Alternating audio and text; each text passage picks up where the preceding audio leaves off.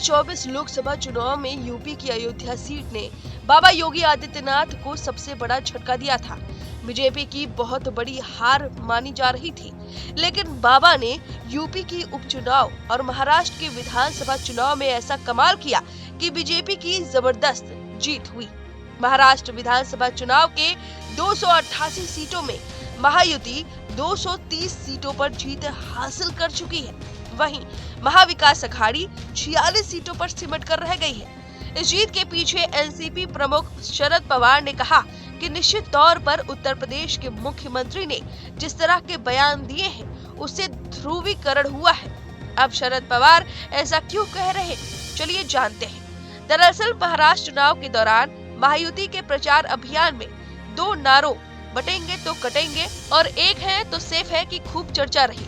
BJP की अगुवाई वाली महायुति की इस प्रचंड जीत के पीछे इन दोनों नारों का बड़ा योगदान माना जा रहा है। पहला नारा जहां उत्तर प्रदेश के मुख्यमंत्री योगी आदित्यनाथ ने दिया था, तो वहीं दूसरा नारा प्रधानमंत्री नरेंद्र मोदी ने दिया था। दो नारों ने तो काम किया ही, साथ ही जमीनी स्तर पर भी महायुति ने काम किया, जैसे महिलाओं को साइलेंट वोटर बनाना, लड़की बहन योजना।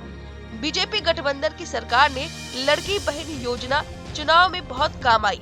आम जनता के मन में ये भूमिका बनी कि मौजूदा सरकार महिलाओं के हितों का ध्यान रख रही है। महिलाओं के खातों में हर महीने रुपए पहुंचाने से ये विश्वास दृढ़ हुआ, जो वोटों में तब्दील हो गया। साथ ही पीएम के नारे एक है तो सेफ है का असर ओबीसी वोट पर फोकस पड़ा। बीजेपी गठबंधन ने ओबीसी वोट पर फोकस किया और ये कोशिश की कि ये वोट कहीं और न जा पाए। वहीं पीएम मोदी के एक है सेफ है के नारे ने काम किया है और लोगों को एकजुट करते हुए बीजेपी गठबंधन का वफादार बना दिया। वहीं विदर्भ का भी ध्यान रखा गया। इस चुनाव में महायुति ने विदर्भ का खास ध्यान रखा है। महायुति ने न केवल यहाँ पर अपनी स्थिति को सुधारा, बल्कि यहाँ के लोगों में विश्वास भरा कि वह किसानों के साथ खड़ी है। साथ ही हिंदू मुस्लिम वोटों को लुभाने में भी बीजेपी गठबंधन सफल रही। एक तरफ बटेंगे तो कटेंगे का नारा दे हिंदू वोटों का ध्रुवीकरण करने का प्रयास किया, तो दूसरी तरफ शिंदे सरकार ने मदरसों के शिक्षकों की सैलरी बढ़ाकर ये साफ कर दिया कि वह मुस्लिम विरोधी नहीं है। जिस तरह से बीजेपी गठबंधन को मुस्लिम और हिंदू दोनों ने वोट दिया है। साथ ही लोकल नेताओं से प्रचार करवाया और वोट मांगने की अपील करवाई।